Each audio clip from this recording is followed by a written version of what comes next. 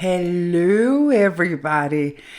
I'm so happy to be here. Like this is one of my favorite things to do to be here with somebody that I really care about and appreciate, and get to hang out with everybody and my guest for the next hour. This is Cocktails and Courageous Conversations, where cocktails are optional and courage is guaranteed. We do have a glass of something here. This is actually Pepsi, and you are having a pink drink, Francesca. Yes, I am. In your pink dress and everything. I just love it. It's very pink. Um, and I love having you here. I'm going to have you introduce yourself in just a second. I know you have a huge fan. I think you have your entire fan club here. There's so many people in here because of you, watching you, cheering for you. So people, everybody, if you're joining us right now, make sure to send hearts and comments and questions. If you see this afterwards, make sure to send hearts and comments and questions, and then we'll come back in afterwards and answer it. And every time you see me looking down, it's because I'm checking all the comments on my phone, sometimes because they are not on my screen here. So one of the things that I met you, like, we met in Copenhagen a few years ago. I have a beautiful picture of the two of us, and then we have connected in various ways over the years, and I'm so happy that you are here. And this topic is actually very personal to me too, and I'm just like I think it's so important to highlight the topic and to highlight you, like to put you out here, because you are the loveliest person, and I love the message that you're bringing to us tonight. So Francesca, tell us a little bit about yourself. Who are you, my dear? Okay, yes. So, that's a good question. Who am I? Yeah. I'm Italian, that's for sure. Although I am an international person, definitely. It's been now 6 years that I've lived in Finland, and I came as an exchange student, yes, during my Erasmus. So I had during my last year of master, I did my Erasmus in Finland, and I ended up staying. So it's been 6 years, going strong, hopefully going stronger also in the future. Who knows? But like, yeah, basically, like, I found this amazing research group during the last year of master. I got to connect with ACT and the ACBS community, and all rolled out from there. And yeah, it's been 6 years, finishing now my PhD. Hopefully, this is the last year of my doctoral studies. So if everything keeps on track, I'm gonna defend my thesis next summer. Wow. And then, yeah, and then actually I have something planned with you already for next year. Yes. So, yeah, I'm gonna start like therapy practice. I That's know. scary and amazing, but yeah, and then we'll see where to go from there. Oh, I love that. And so, why is this a thing about being an international person, like, and the vulnerability and the values and all of that connected with that? Tell me about why you thought this would be so. Like, so this whole cocktails and courageous conversations is all about like us getting together in a bar ish and having a conversation where it's not a lecture. And so this is something that you would talk to me about in a bar, wouldn't, isn't it? And so why is this important to you, Francesca? Well, it's important because it's a challenge, being out there, being somewhere where you're not really like, the community person, you're the outsider. And I think it's not recognized enough. And we're not talking only research, although it's an important subject. And that's what made me interested in the topic in the first place. But then I lived by it on my skin every single day. I'm the foreigner in a foreigner land. And how do I live with that? And it's not easy. And it hasn't been easy, especially when COVID hit. That took a really big toll. Yeah. And then made me realize even more how important it is to talk about these things. Yeah. So, because it's a challenging life. It is a challenging life, and the reason why I'm saying this is a bit personal for me is that also because I don't live in the country that I was born, and so I also have the experience of being the outsider, and I've lived in Sweden for so long that I've lived here for more than 20 years in Sweden. But Swedish people would refer to me as the Danish person. And in Denmark, people refer to me as a Swedish person now because I live there. So there's like kind of this like, where do one belong? And there's something, again, that can be very lonely about being the foreigner. The foreigner, yeah. Yes. And so I just wanted to, like, now that your fan club is here, I just want to say that hello from Norway. We have Randy here, which I know now I'm going to out you, Randy, but I know that Randy also knows about being an international. Vanessa is here, Vanessa de la Gila, so happy to be here. Hello from Frederiksberg, Kaisa is here. Manabu Yoshimoto, hi from Japan. Greetings from Peru, Margaret is here. Electra is here from Greece. Annika is here from Lund. Lived in Spain for 20 years. We have Vilma is here from Poland, I believe. Vilma, you are. Hello, Francesca and Rikke and everyone. I know Sanna is here from Finland. Katarzyna is here. Hello, hello. Big Hutch from Poland. Hello from Ireland, 16 years in Ireland, and I think Katarzyna is maybe Polish from the beginning. I'm sorry, I'm not sure. Yeah. Dov is here from Manchester, and I think originally from Dov, you gotta help me with that. I think maybe Israel. Sana Turaka say, go Francesca. And so Satisha is here. I'm from Germany, but now I'm in Italy. So you have absolutely hit a nerve here. There are so many people who knows this kind of what it's like to be the foreigner and to be maybe a little outside and not always belong. So how has this, in what ways has this been difficult for you on your journey? Oh, many ways, but like you referred before, you will always be the foreigner. So I am the Italian that went abroad. So here I'm the Italian one, the one that is like always a little bit loud, a little bit too much, always crazy, obsessed with food. But when I cook, my friends don't complain. Actually, it's the other way around. But yeah, it's like you have this identity. And then when I go back to Italy, I'm the one who moved abroad. I'm the weirdo one that likes Finland and like cold and like, oh my God, how do you survive with all that snow and cold and darkness and all things like that? I'm living proof that you survive pretty well. Yeah. Yes. You're still standing. Yeah. Still standing. Mm-hmm. And so I only fell once, actually, even on the ice.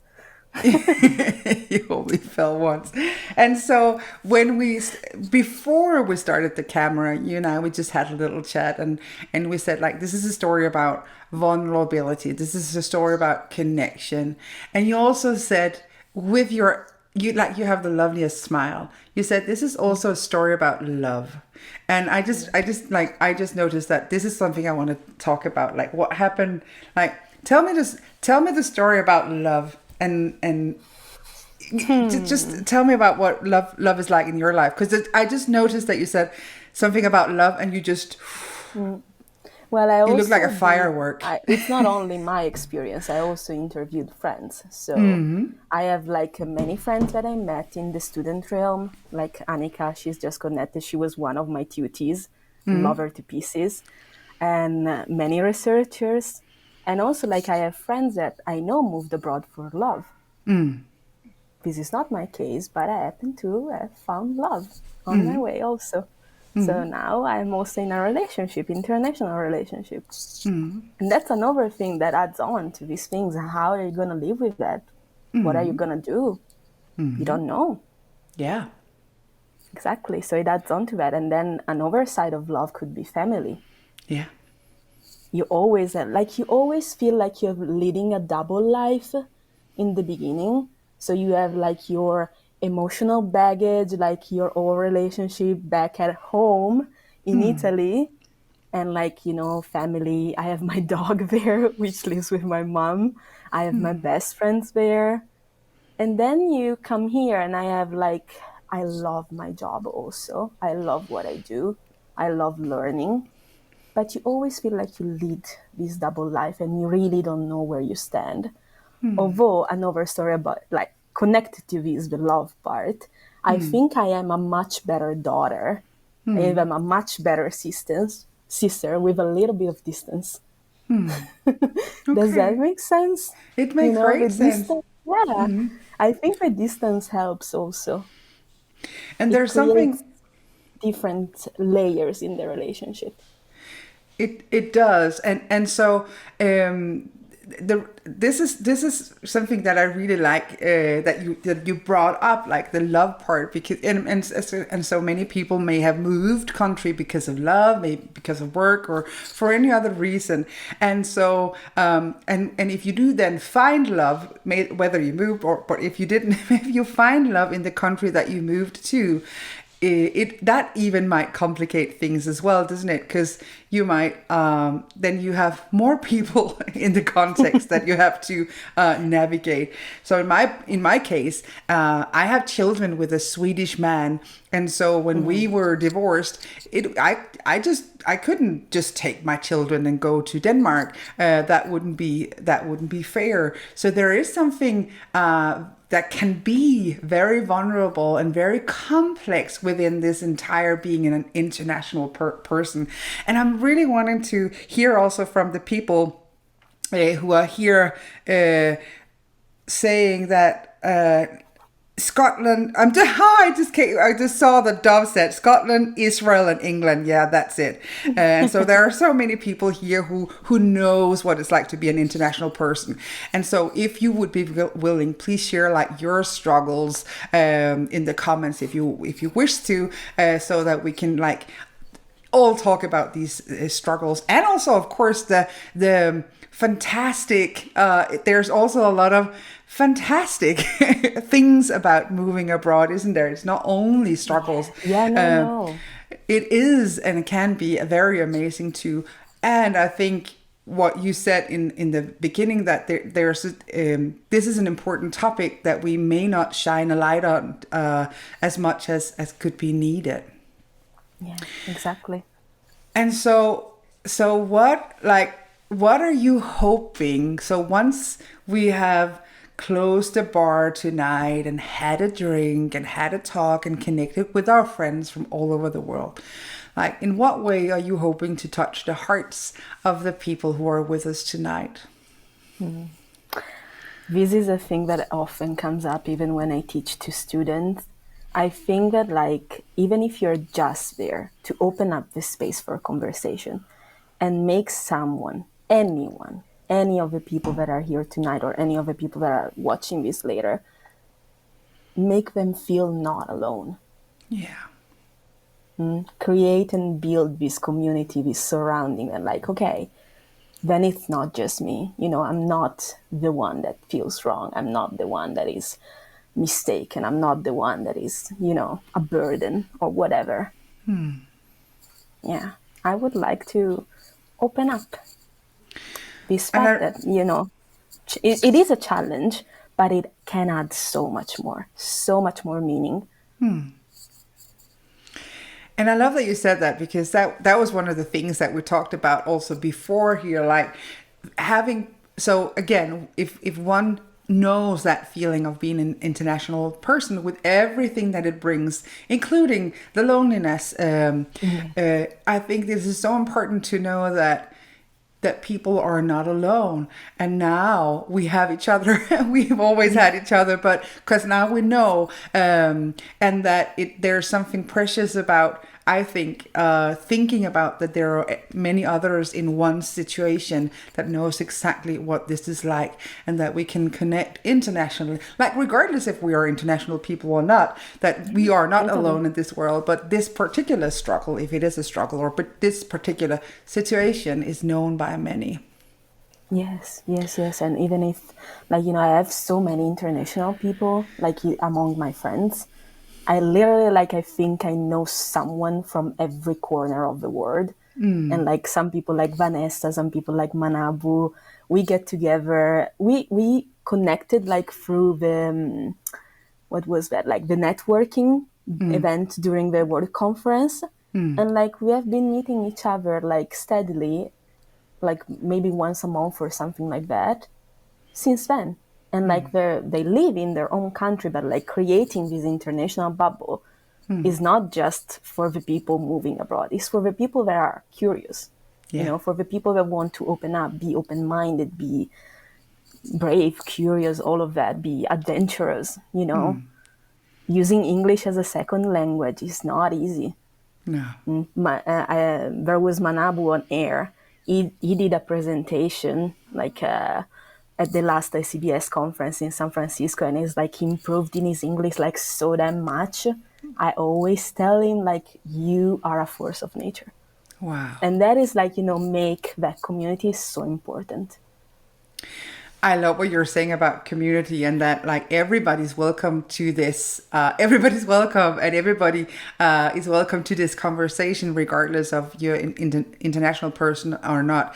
And I think what you're highlighting also here is the thing that it opens up so many opportunities. So you might also be in a country, like you might never have moved from your own country, but you might be in your own country and feeling alone, and that there's an enormous power in connecting through or across borders all over the world. Now, within this community, the Association for Contextual Behavioral Science, that both you and I are in, and I think that many of the people who are with us here tonight or are watching this later, for me, it is like a huge family, and it's such a richness that we know people from all over the world, and very few of us have English as our first language. Very few of us are speaking perfect English. And another thing that you said I really loved in the beginning, where you said like you feel like you're the one that's too much and too loud and too everything. I just find that really interesting, because that's one of my stories as well. And I know I don't want to disclose or anything, but I know some of the people who might be watching or joining us have that story too. There's something about being a very loud and noisy or kind of misplaced outsider. And so I just want to check in here with the folks here. I have a question about your teachings, but I just wanted to, because I asked for comments here. So here's the one who did the opposite as me. She's from Sweden and moved to Denmark. Kajsa, yeah. And Victoria from Sweden and lived in Singapore for 6 years. And Randy, yeah, from Chicago and lives in Norway. And so let's just check here. Sana said, I moved to the States for love when I was young. It was so tough, and I felt I came back home with my tail between my legs. Yeah, I hate that feeling. It's like when you, how do you say, when you blame yourself for something that you may have done, or you think you may have, like, you know, been wrong or mistaken. Yeah. I think like every single experience forms us. Yes. The good and the bad ones. Yes. And I saw it. This is a kind of little heartbreaking story. Like, there you are, Sana, going for the love or the big adventure, and it didn't work out the way you wanted to. I'm so sorry to hear that. And yeah, thank you so much for sharing. Vanessa says, I love the ACT tribe. We have connected. Yes.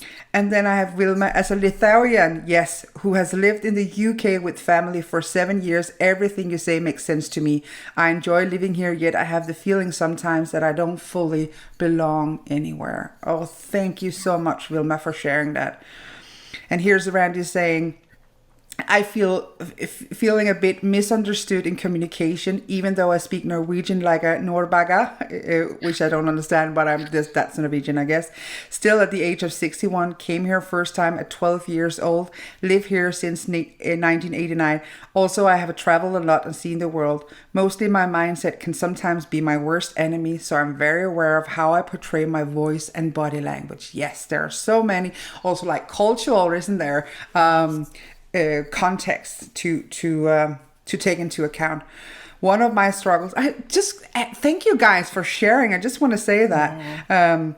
Electra says, one of my struggles were the national prejudices that kept repeating with almost everywhere I met. For example, when Greece was in a financial crisis, people were treating me either as a poor person, or in some other cases, they were getting angry at me at treating me as a person that stole the money from the EU, from the European Union. Another prejudice for the Southern people is that we are all loud and that we like to be touched, which is not true. Many times people take the liberty to touch me just because they think that it's culturally appropriate. Yes. Oh, Electra, thank you so much for sharing that. She has been living in Finland for a decade now, and still we encounter this every single day in our life. Yeah. And you told me before, I feel like I am the too much, the too loud, too big person. And sometimes I am. I know I have a big personality, and it's fine. That's just me. If you cannot roll with it, as long as we are both being polite to each other, we'll find another way. You cannot be liked by every single person. That's not realistic. I learned that. It's still a work in progress. But yes, I learned that. And what can you do? The prejudice stands. Some of the prejudice may be correct. Some of the prejudice are prejudice by the name, by the definition. Yeah. It's just a preconcept. And I'm noticing language here, like when we label ourselves as too much or to this and to that. Like if I could make a change in this world, that would be like offering us to kind of change the wording and say, sometimes I'm a lot and sometimes I am much, sometimes I am loud, but maybe removing the two because it sounds then like there's something wrong with us, doesn't it? I just want to see that there are so many more here. Manabu Yoshimoto, you totally made my day, Francesca. I'm always inspired with your openness and kindness. And I'm guessing it was the comment about how you saw the development in language and the connection from across the globe. That is beautiful. And here also people think I'm very loud. It's Randy from Norway and Chicago say that people think that you're loud, that she's loud. And so I still find, so Kajsa from Sweden and living in Denmark says, I still find it vulnerable when people say, oh, that's maybe because you're from Sweden. Still feels like being pushed out of the community after living here for 40 years. That so resonates with me. Using English as not my first language is a vulnerability connected to the choice, but beautiful people. Thank you for doing the same. Go and use this English. Yes. So, and here's Annika. So that I was born 100 kilometers north of the North Polar Circle. I knew from childhood that I was far from the real world. Like this, I think is such a big and important issue. Like how the mere fact that we are not in the country that we were born can make such a difference and can make us feel so alone. Tell me about what it is that, because I know this is something you teach as well, isn't it, at your university? Tell me about what is it that you teach then? So basically, some teaching in the psychology department I did, academically speaking, and then I took on some courses about emotion-focused therapy, like I was helping out in the process of grief. That was one of the courses that we had with a guest. And then I did some teaching in clinical psychology and some teaching in ACT, but mainly my research is about well-being and stress management for international students. So that's also what my research is on. Basically, this research group that I'm part on in the University of Jyväskylä, which is in central Finland, developed forms of brief intervention for improving well-being, enhancing psychological flexibility, and for stress management. So we have been adapting a version of that because it has been running for such a long time with Finnish students. And when me and actually another Italian colleague of mine, we came in and we joined the group, we said, oh, well, actually my supervisor said. I cannot take the credit for that, because they literally like throwed us into the classroom after a bit of training and like, okay, now go and run your first group. Cool. Yeah. How do I do that? I have no idea. And it was like scary as hell. But yeah, it, over time, and actually even during that first experience, it formed me so much. Yeah. And like, you teach these students that like, how can you make the most of this experience abroad? And so tell us, like, can we be your students, soon to be Dr. Brandolin? So how do we enhance well-being? How do we take care of ourselves in this particular context, being an international person? What are your thoughts, and what does your research say about that? That's what I really love about ACT, building up the flexibility model. And that I think is very important. For example, even in my research, I found out that, these students come to us voluntarily. Yes, we seek them out. We put out flyers, we put out ads in newsletters and stuff. And we tell them like, okay, is there a way that you would like to enhance your study life and make a more meaningful way and be more mindful, be more aware, and things like that. And then they reach out, they contact us, and we make a waiting list, and we form the groups and da-da-da. Basically, like, what we found out is that even if they join mostly out of curiosity, I have some people come to me or even because they had symptoms and even more like a complicated narrative. But most of people, I would say, they join for curiosity. But we find out that like their level of stress is skyrocketing. And even their level of anxiety and depression is skyrocketing. Like very impactful data that we had. Like we're talking over 90% of the sample that I had for my research is impacted with like high to moderate level of stress. Wow. And we know that stress is like a gateway to like bigger mental health issues, like depression, anxiety, and other things like that. So how can we make this experience for them more meaningful, more valuable, more adapting, more flexible, so they don't have to suffer that much? I even remember, like, myself, I relate a lot to my experience. I was a student as well. I also came abroad as well. And I remember how stressed I was. I don't know how I managed to live like that for such a long time. Not that my life is not stressful now. I'm just able to cope better. And that's because I learned flexibility. Yeah. I learned these skills that help me to make the most out of my life. And that's why I really want to focus on values. Yeah. That's the thing I think that can sprint you up and give you like so much. And if you bring in the values, when you bring in the choice, you bring in the practice, you bring in the awareness, but it's all connected to like, okay, why is this important to you? Why do you want to do that? Yeah. What I love is that you're saying that. Yeah. Why is this important? Why do you want to do this? What are your values?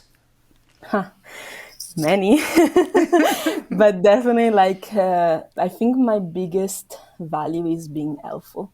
If in any day of my life I can help just a little pinch any other person, I know I fulfilled what I wish for my life.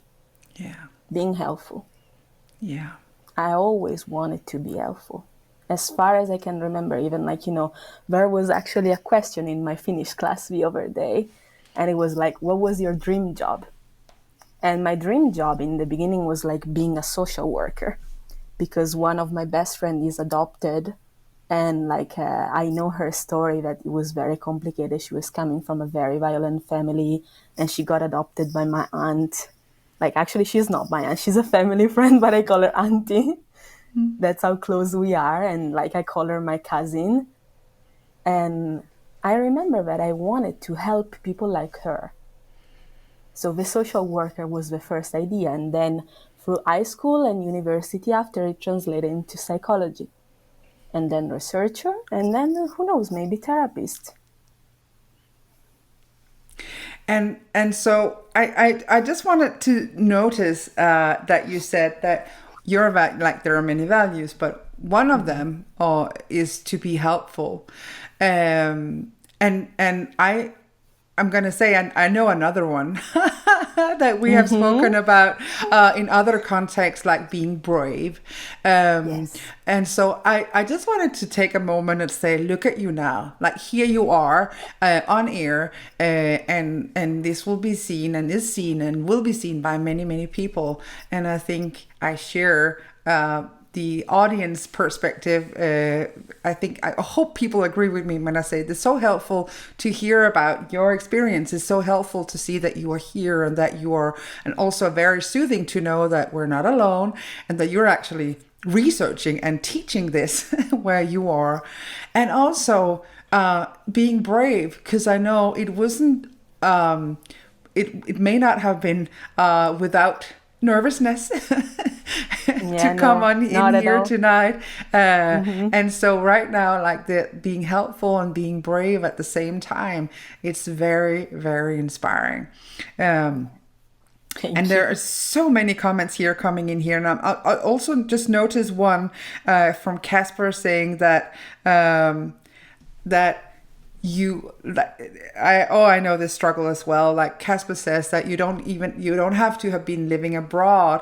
You can also feel alone for doing ACT, like within where you are, like you are the person doing ACT, and people don't get that. It's like it can feel like you come from another planet. I really like that take as well. So it can again, it doesn't have to be international to feel like you are outside. We all have we all have contexts where we can feel outside, like regardless of our nationality. Yeah. Have you ever had any people? Have you had people like could you tell us stories about hurt, like people not treating you well, and then saying it's because you're something like that, Italian or? Well, I definitely have many, and that's mostly connected to the reason I decided to move away. And like at first looking for the international master, because my master program was in English. So I was having international teaching also in Italy. And that was not an easy choice, because during my bachelor, I didn't like clinical psychology at all. It was mostly probably because of a teacher. They taught me like Freud for 2 years straight. I could not take that anymore. It was like so bad. So during bachelor, I was shifting into neuropsychology.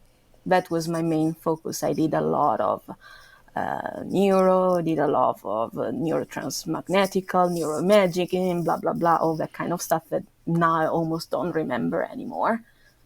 And then I was looking for other options, actually, because they took me out of the run for a scholarship in that lab that I was collaborating with. So I used to collaborate in this lab. I used to translate scientific articles, English to Italian, Italian to English. I was very rarely paid. And when I was paid, it was like something like €1 per page. I know this is one of my leading story, and like people are always like, what? So yeah, when it comes to fairness, I don't want to speak badly, but Italy is a complicated place. Yeah. And then I decided like not to do the masters there. That was like my final decision. And when they took me out of the run for a scholarship that I really cared about, it was for Harvard Summer School at a university in north of Italy. And the main requirement was English. I was translating these articles for like mostly all the people in the lab. So obviously I had better language skills than them. And all of their names were above mine on that scholarship. So that's how it started. How did that make you feel? Oh, it was awful. It made me feel like I was worth nothing and the system was just bullshit. Yeah. But then I was like, okay, I know my worth. I'm gonna look for a place that's actually gonna value me. And how can I do that? Try to get as much as international as I can. And that was the English master program. I had two in mind. Actually, two possibilities in Italy. One was a private university, which was very costly, and one was the University of Bergamo, which is where I'm from. So I left home when I was 19, and I went to study in the center of Italy. That was like my first bold, crazy move, but it helped me grow also. And then I moved back home. So I can relate to Sanus. Like, you have to go back with the tail between your legs. That's how it felt. So I had to do a lot of adjustment. And then how much was there? Like maybe a little over a year. Yeah, about a year and a half in Bergamo. And I was looking for like everything that I could do to go away again. Because you've lived by yourself and then you go back home and it's like you're cut out of like all the things that you were used to, your freedom, all the things like that. And then I found the master program in Bergamo, and then I won the scholarship to go on Erasmus in Finland. 6 Yeah, years in, and yes, here you we did. are. Yes, I did. Everything you say is so interesting, and one thing really stood out for me that I love that you said, I know my worth. Did you Now notice I know my worth. I would like to say Yes. now I know my worth. But like that is such a powerful statement, and that is something I wish more of us could embrace, like knowing our worth and knowing that even though somebody rejects us, we're still worthy. Like our worth is there regardless of where we move and what we do and how much people embrace us or reject us. I really love that you said that. Has that been a journey for you? Yes, Knowing it your still worth? is. Yeah. It still is. It still is. And like it still also goes up and down, because I'm still like one day I'm like, oh, I'm superwoman, I'm so cool, and the other day is like I'm not doing anything right.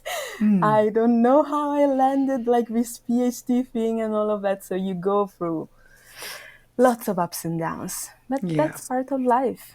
Yeah, it is. But I'm just like may we all know our worth. Yeah. May we all know our worth. And if we don't, may we all remind each other then. Like may we all be the ones that remind others about their worth. I think that is so Yeah. important. Yes. And Being and each other cheerleaders. being each other's cheerleaders, because it's like we could easily do something else, couldn't we? Like I've had this is kind of taken a little bit out of context, but I've had actually a group of Swedish colleagues getting together, and I didn't know who it was because the group wouldn't tell me who they were, but the group leader said that there's a bunch of us wondering why you would refer to yourself as a Swedish act person when you are in fact Danish. Like, why would you put that on your website? And I don't know why you would write something to me like that. I don't understand what like the motive behind it, to be honest. But like that was just something that totally had me lie down for weeks because I felt totally excluded from the tribe. Here I was, I've been in Sweden, I have Swedish children, I speak Swedish, I paid to the Swedish tax, I've been here for more than 20, I have a Swedish social security number, I have a Swedish website, I have a Swedish company, and on there I refer to myself as a Swedish ACT trainer. And then a group gets together to email me, why would you refer to yourself as Swedish when you are Danish? Like, and there's a few like other stories like that, and it's just interesting how how that, first of all, how that is the thing that you are excluded they by, look like, at, no, yeah. yeah, that you don't belong here. And so I think that is one of the things that happened to me that made it my mission to be inclusive, to invite people from everywhere in the world to come and sit at my table or the table, and that we hold hands and tear each other and remind each other about our worth rather than tear each other down, because there's so much of that in the world, like in general, isn't there? Tearing each other down and all of that. And so that was my personal that's one of my personal struggles that I've had, like felt so alone in Sweden, and then still being in Sweden. So I'm not in Denmark, like where a part of my support system is. And so talking about that, then going between countries now, Sweden and Denmark, to be fair, in my case anyway, I live literally 20 minutes from Denmark, so it's easier for me to come to Copenhagen, and like in 1.5 hours from my parents. But I wanted to ask you about this because I've noticed, and maybe I think I'm not the only one, but I just wanted to hear, like, so when I go to Denmark, and this might, I know this sounds very privileged, but I noticed that when I go to Denmark, there's also an expectancy that then I have to visit that person and that person and that person and that person and that person because I'm in Denmark. And I'm like stressed out, and sometimes I feel like I need a month in like each city because I have all these people that I have to visit now that I'm in Denmark. I know I'm not far away, but I just wanted what that is like for you, because I follow you on Facebook, and I see that when you're in Italy, and I thought it looks like your schedule is like mine. You're like, you have all these people, and I'm maybe people out there, like if this resonates with you, if you recognize that, let us totally. know. Totally. I have to make an agenda for all the people, and even like, was it like one time that I didn't post that I was coming back, and like there was some people that did. It was not even a secret. It was like it happened. I don't even know how, because I'm usually like ones that post a lot, but like, and then people got mad at me. I'm like, guys, chill. Like maybe that time I literally had a week. Yeah. Or then people get mad at me because like, oh, you didn't tell me you were going away. Yeah. I have a job. Yeah. And you know. And this is just so interesting, isn't it? Because like I'm so happy that you share this experience, and I'm guessing that people out here share this as well. And so whenever we go to like maybe our home country, there's so much we have to do that like we even have to put out an agenda. I love that you're saying like I have the same thing too. And sometimes I'll be exhausted and I'll have to prepare people. I'm coming. What I have started to do sometimes is like, I'm coming and I'm going to stay there. If you want to see me, come there. Because there's no way I can get around the entire, and again, this is very privileged that one has a network that wants to see you. For sure. I love my friends. Yeah. And, I cannot wait to see them, but sometimes it's just not feasible. It's not possible, isn't it? Yeah, What was COVID like for you? Because I know you told me that there was a lot of loneliness there. Yeah. That's when I think I started like really taking in after the worst part of the lockdown in the trainings, and like connecting more with this community, which helped greatly because I was coming from a very difficult summer also, and like part of a year before COVID, because I was studying like crazy for my license exam. And the first time I even got failed. So, cycle of depression already because, I'm worth nothing. And then studying again and do this again. And it lasted like for so long. I literally finished my license exam when COVID started to appear in Europe. So I think I took not the last plane out, but like I think less than a week after they closed borders. when I got back, and I was already like so exhausted by the whole process. It really got me in a way that made me doubt myself in every single aspect. And that's one of the worst part of the education and bureaucracy in Italy. I'm sad to say that, but that's just a reality. And I came back to Finland because, I was working. So I had a job, so I had to come back. And I was already fortunate enough that I could take time off to focus on that exam. I came back, and Bergamo was the first town that was hit. And we had tens of thousands of deaths in my area. More in the valley, up the mountains, but still, it's literally like close right there. And I was in Finland, my brother was in Germany, and suddenly there is no more freedom to move anywhere. Exactly. And we didn't know what was gonna happen. We literally like had no idea. I remember my mom went out, took everything that she could for groceries, everything that she could find, which already by the time, you remember, supermarkets were empty. So it was not that much still. And she was living next to my grandma, plus 90 years old. And that was it. We literally like didn't let them go out for 3 months. And I was fortunate enough because like every couple of weeks, my best friend would go get groceries and bring it to them. No. Yeah. Yeah. That like these, because when you live abroad, or like at least this reflects for me, you always like have this thing in your mind that's like, okay, if I want to go back, it's one flight away. I can. Yeah. And at that moment in time, I couldn't. No. There was no chance for me to actually go back. And even if I did, I could not have been doing anything. No. I found that so hard as well.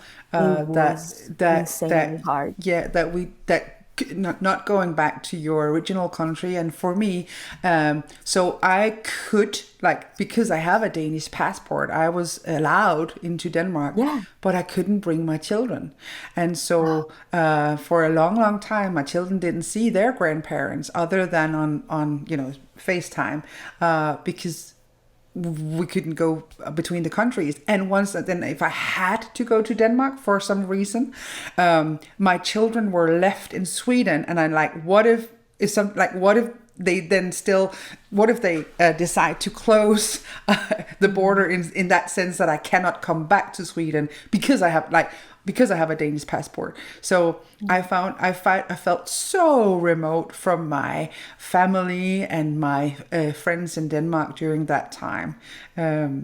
So yeah, I think I remember that it was a similar experience for you. I think that if I would have gotten in touch with the ministry, I could have gone back. Yeah. But I remember like I had to do a small quarantine coming back in Finland because I didn't know if I could catch a virus already, like with my traveling. So I had that. And then I had like a week of maybe like being able to go back to work physically. And then like everything got locked again here. Yeah. Yeah. And it was my mom actually to tell me like, I know you're scared. We all are. But like, don't come back. Yeah, There's don't nothing come back. here for Stay you. where I you actually are. don't want to experience this. No. And I was like, what do I do? That feeling of uncertainty, it's something that dawned on me for so long. Yeah. And like for all international people, I suppose. And that's when I figured out, okay, there is something that is worth seeing here. Yeah. And like we're talking millions of people everywhere in the world that perceive a level of stress that is even higher, than regular folks. Yeah. Yeah. How can we help them out? I think that even if we build and create a community, we can do a lot. And so, like, speaking of that, like now that like we in this Facebook group that we are live streaming in right now, just want to say to people, like, regardless of you being international or not, like, we have a community here, and just know that you are always welcome on my table, and I'm guessing it would be the same for you, Francesca, knowing how you are in this world. So here's an invitation to let us keep connecting, and let us keep having conversation, and let us keep like hurting and healing together. And if anybody's out there feeling alone, regardless of you're international or not, just know that I'm here, we're here, you are not alone.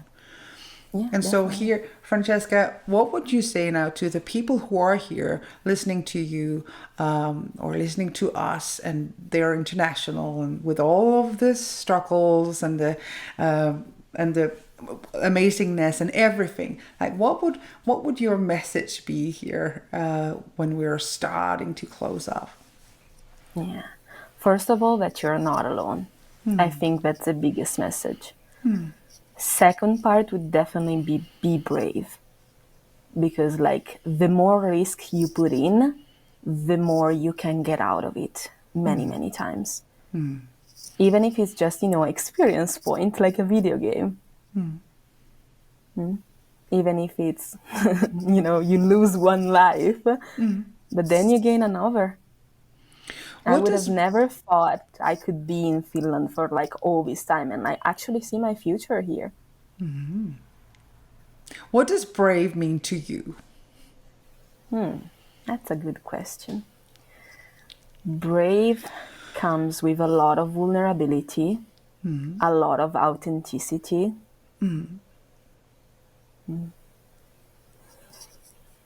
A lot of risk, a lot of challenges. Be willing to fail, to have self-doubt, to navigate this amazing and difficult life that it is. Yeah. And so I noticed that you went for tissues before we started this talk, and you said like maybe if you make me like, so I'm just gonna prepare myself in case you make me cry, because we've cried together a lot, haven't we, throughout the years? Yes, we did. And so what would make you cry now? I don't know, but when you asked me for like the thing, one of the things that hurt me, like you kind of almost got me there. Yeah. And I was thinking of like which story I could give you. Is you know I have a tattoo that you inspired. All right? Yeah, you do. The Show You Some Love bit, it's connected to another very nice story. So I was invited in Italy to where give is a it's class on your about arm? art. Like, where is your tattoo? Yeah. So Right here. people can let me just like, so you have to move because people can't see it because yeah. Wait. How do we move So it? Like this? there. Show you some love. Yes. That's what you told me. One very nice day during a virtual training, I was absolutely distraught reporting this story about this class that I had in Italy. And there are a couple of guys pointing and laughing right at me. It was not a good feeling, not at all.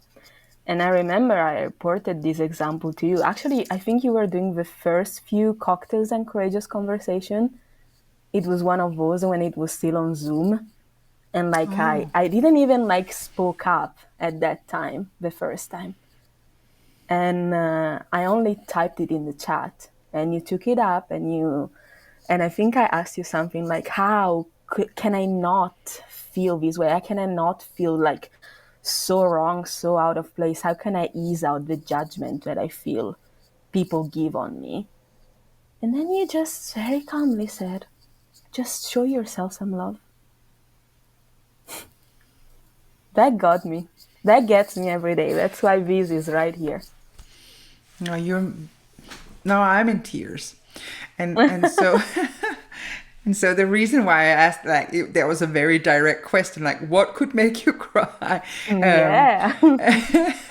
And it is like deliberately to evoke this sharing of this vulnerable story and I know there are plenty of them, and so really thank you for sharing, and thank you for allowing me to have a small part in your life, in that sense that you took that to heart and started to show yourself some love. Would you be willing to share, like, what was that like when they pointed at you? What did they tell you? Oh, they didn't say anything. They were Oh, just pointing and laughing. all right. Because, it was a big classroom, like with all, maybe like something like 200 students. Yeah. But still, my gaze and like all my focus went to these 2 or 3 guys that were probably Yeah. making fun of me. How did that I'm a make you big feel? girl. Small. It made me feel small. Yeah. Then now I know my worth. What's it like sharing this with us? Vulnerable. Very, very vulnerable. But I made vulnerability a pledge. Yeah. So you wanted to come on here. You wanted to talk about being an international person. You wanted to talk about vulnerability. You wanted to talk about connection. I know that you want to be of help, like of service to people. I know that you want to be brave in life. And can I just congratulate you for sitting here with me and with all of these people, being like practicing all the things that it is that we preach. I'm so proud of you for the journey that you are on, because it hasn't finished, of course, but the journey that you are on, and it's been an absolute inspiration to watch you grow in yourself, in your sense of worth on this journey. So thank you so much for showing us that. And I hope just to see here the comments here. Be willing to fail. Oh my God, Francesca, that was beautiful. There's a lot of hearts, lots of thank yous. There's somebody in tears. Let me see. Katarzyna is in tears. Like me also. Yeah. Thank you. And Laura Vavuti says, thank you, Francesca. You've been my Laura. polar star where I've been abroad in Finland for 6 months, and you are still inspiring. She is also amazing. She was one of my tutees too. Laura is a very good friend of mine now. We stayed friends after that. She was one of the people that actually during that class took on my trial for the student compass in Italian. Yeah. And then when she came to Finland on exchange, she reached out to me and we did another internship experience together. So when people remembered me and started to look out for me, I was like, okay, maybe I'm doing something right. Can you just notice the fact that somebody just referred to you as their polar star? That is so sweet, honestly. So I really hope that you see what I see when I see you, and I hope that you see what people here see when they see you, and I really hope you'll revisit and see the recording of this so that you get that from that perspective. And I think your mom's watching, right? And we know that Probably, yes. There's a lot of friends and your fan club is watching. And so really, really from my heart to your heart. And I think this conversation isn't over by far. Like there's so much more that we can keep like talking about. And definitely I'm going to have you come back. Awesome. Like we're going to spend a lot of time together the next many years. Francesca has signed up for one of my programs in Copenhagen, and so we'll be for 2 years like be traveling together on this amazing and sometimes difficult journey. To everybody who's been here, regardless if you're an international person or not, please send your love for Francesca, and please also send love for each other and for yourselves. Show you some love. That is, you've had it for a while now, but it's such a badass tattoo, and there's so many things that I'm going to take with me from this talk, and so many things went straight to my heart. And one of the things that I love hear you saying is that I know my worth. That is just beautiful. So may we all know our worth, and may you all feel welcome at the big table, regardless of where in the world you are. You are not alone. We are all in this together. And so from my heart to your heart, Francesca, from my heart to everybody here, do you want to say something to the people before we close the bar? To your friends and family, our big, and reach out. Be brave and reach out. To our big family who's out there, like everybody who's watching right now, you are part of a bigger family, and yeah, you are welcome, and you are not alone. And be brave and reach out. Show you some love. Thank you everybody for coming, and we look forward, or I look forward to connect with you again. And just know that Francesca is inside of this group and will be reading all of the comments, so make sure to send all of the love. There's always more love to be given. All right.